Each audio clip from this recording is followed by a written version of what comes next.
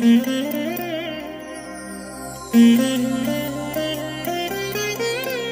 దినం పరము నుండి దిగివచ్చు మాట. ఇది నీ జీవితానికి వెలుగుల బాట.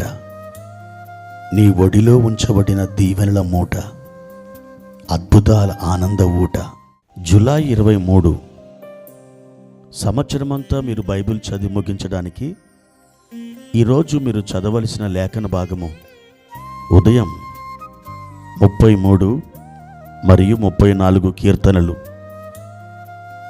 సాయంత్రం అపోస్తుల కార్యములు 24వ అధ్యాయము. ప్రియమైన దేవుని బిడ్డలారా, ఈ ఉదయకాల సమయంలో ప్రభు కృప మీకు తోడైనగాక. ఎలా ఉన్నారు ప్రియులారా? బాగున్నారా? ఆయన సన్నిధి ఎల్లప్పుడూ మీకు తోడై ఉన్నది. ప్రతిరోజు ఈ ఉదయకాలం ఈ కొద్ది నిమిషాల ధ్యానం మీరు విని ఈ రోజంతా కూడా ప్రభు యొక్క ఆత్మలో ఆనందించడానికి ప్రభువారు చక్కటి కృపను మీకు దయచేయుచున్నందున నేను ఆయనకి కృతజ్ఞతాస్తుతులు చెల్లిస్తున్నాను. ప్రతిరోజు కూడా ఈ ధ్యానాన్ని విని మీరు ఆత్మలో వర్ధిల్లండి. మీ స్నేహితులకు, మీ బంధువులకు దీనిని షేర్ చేయండి. వారును ఆత్మలో బలాభివృద్ధి నొందినట్లుగా మిమ్మల్ని ఒక సాధనముగా ఆయన వాడుకొనుగాక. ప్రియ దేవుని బిడ్డలారా, పరిశుద్ధ గ్రంథంలో మనకి గిద్యోను కనిపిస్తాడు. ఆయన మిద్యానీల మీద గొప్ప జయాన్ని ఎలా పొందాడో తెలుసా? ఒక విచిత్రమైన ఆయుధాలు ప్రభు ఆజ్ఞాపించినట్లుగా ఆయన చేసి దేవునికి లోబడి ముందుకు సాగి వెళ్ళినప్పుడు ఆ విచిత్రమైన ఆ ఆయుధాల ద్వారా అద్భుతమైన జయాన్ని గిద్యోను సాధించాడు. బైబిల్లో దేవుడు కొంతమందికి కొన్ని ఆయుధాలు ఇచ్చాడు. మోషే గారికి కర్రను ఆయుధముగా ఇచ్చాడు. దావీదుకి వడిసెల రాళ్లను ఆయుధముగా ఇచ్చాడు. సంసోనుకి గాడిద దవడ ఎముకను ఆయుధముగా ఇచ్చాడు. యాయేలుకి గుడారపు మేకును, సుత్తిని ఆయుధముగా ఇచ్చాడు. గిద్యోనుకి ఒక బోరను, ఒక కొండను, ఒక దివిటిని ఆయుధముగా ఇచ్చాడు. ప్రియ దేవుని బిడ్డలారా, గిద్యోనుతో ఉన్న ఆ 300 మంది 3 గుంపులుగా మారిపోయి దేవుడు ఆజ్ఞాపించినట్లు వారు తమ చేతులలో కొండలను, మరొక చేతిలో దివిటిని కలిగి ఉన్నారు. తర్వాత బూరలను వారు కలిగి ఉన్నారు. బూర అంటే ఏంటో తెలుసా? బూర ఇది దేవునికి మనం చెల్లించే స్తుతి స్తోత్రాలను సూచిస్తుంది.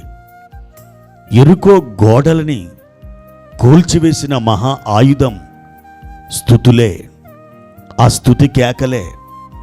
అవును, దేవుడు మీ నోట నుండి వచ్చే స్తుతులను ఇష్టపడుతున్నాడు. మీ స్తుతులను ఆయనకు సమర్పించండి. ఆయన ఇశ్రాయేలీలు చేయు స్తోత్రాల మీద ఆసీనుడై ఉన్నాడట. కాబట్టి మీరు నిరంతరాయముగా దేవుణ్ణి స్తుతిస్తున్నప్పుడు మీ స్తుతుల మీద ఆయన ఆసీనుడవుతాడు. ఆయన ఆసీనుడయ్యాడంటే ఆయన అక్కడి నుండి తొలగిపోడు. మీరు వేసిన సింహాసనం ఆయనకి ఒక ఆసనముగా మారి ఎల్లప్పుడూ ఆ సింహాసనం మీద ఆయన కూర్చొని మిమ్మల్ని ఏలుబడి చేస్తాడు. యెహోషాపాతు సైన్యం కూడా వారి స్తుతులు చెల్లించుకుంటూనే యుద్ధానికి వెళ్ళారు. అద్భుతమైన జయం.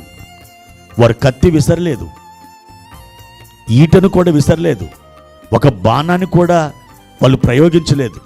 కానీ 4 రాజ్యాలని వారు ఓడించగలిగారు. దోపుడు సొమ్మును పంచుకొనగలిగారు కేవలం స్తుతుల ద్వారా. మీరును స్తుతించండి, స్తుతి కేకలు వేయండి. మీ ఏకాంత ప్రార్థనలో గట్టిగా బిగ్గరగా పాటలు పాడి ఆయన్ని మహిమపరచండి. అప్పుడు ఆయన మీ ద్వారా మహిమ పొందుతాడు. ఇకపోతే రెండవది, ఈ గిద్యోను తన యొక్క బృందం ఒక కుండను కలిగి ఉన్నారు. కుండ అదొక మంటిఘటం. అది మన శరీరములను సూచిస్తుంది.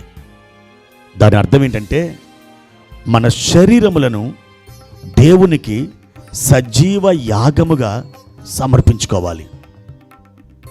ఎప్పుడైతే మనం దేవునికి మన శరీరాలని సజీవ యాగములుగా సమర్పిస్తామో అప్పుడు మనం రూపాంతరపరచబడతాం. మన మనస్సు మారుతుంది. దేవుని క్రొత్త మనస్సు మనకు వస్తుంది.